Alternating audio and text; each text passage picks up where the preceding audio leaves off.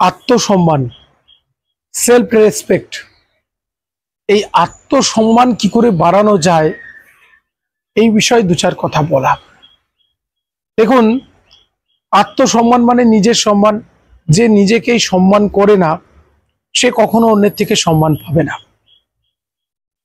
একটা কোনো কারণে অশান্তি বেড়েছে, সঙ্গে রে রে করে মারতে চলে যাচ্ছে, আমি ছাড়বো কেন, ও আমাকে বলবে কেন, এই যে পদ্ধতি, এগুলোই হচ্ছে নিজের সম্মান নষ্ট করার পথ।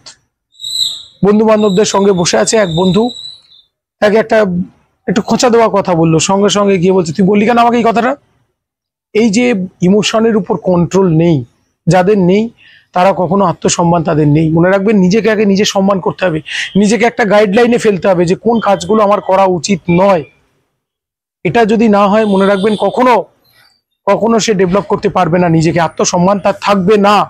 যারা নিজেকে সম্মান করুন, এখন নিজেকে সম্মান করতে গেলে আমরা বড়দের কেমন করে সম্মান করি, বড়দের শ্রদ্ধা করতে হয়। আপনি নিজেকে নিজে শ্রদ্ধা করুন, রেসপেক্ট করুন। কি করে নিজেকে নিজে রেসপেক্ট করবেন? সব জায়গায় নাক গলাবো না, সব জায়গায় কথা বলবো না।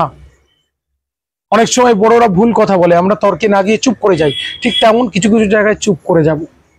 ঠিক আছে, হাজি হাজি করতে রহো, बैठो अपने ধাম पर। থাকুক, আমি বলবো এইরকম কিছু কিছু জায়গায় আপনি এরকম করুন। আমি আপনাদের প্রত্যেককে বলবো এইরকম ভাবে চলা হোক।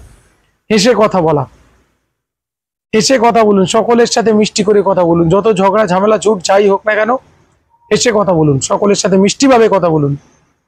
এগুলো থাকুক।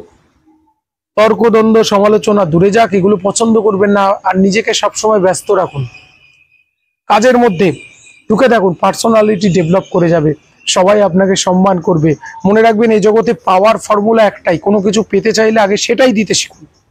টাকা পয়সা চাইছেন, অন্যকে টাকা পয়সা নিঃস্বার্থভাবে দান করুন, টাকা পয়সা আপনার পেছনে ঘুরবে। আপনি মান সম্মান চাইছেন, অন্যকে দিন, প্রশংসা দিন, ভালোবাসুন, মিষ্টি ব্যবহার করুন, সকলের খোঁজ খবর নিন। আর সমস্তটা শুরু হয় বাড়ি থেকে, নিজের বাড়ি থেকে শুরু করুন। তাহলেই দেখবেন বাড়ির সকলের সঙ্গে আগে সম্পর্কটা সুন্দর করার চেষ্টা করুন, সকলের সঙ্গে আপনার সম্পর্ক সুন্দর হবে। বিস্তারিত পরবর্তী পর্বে আলোচনা হবে, সঙ্গে থাকুন।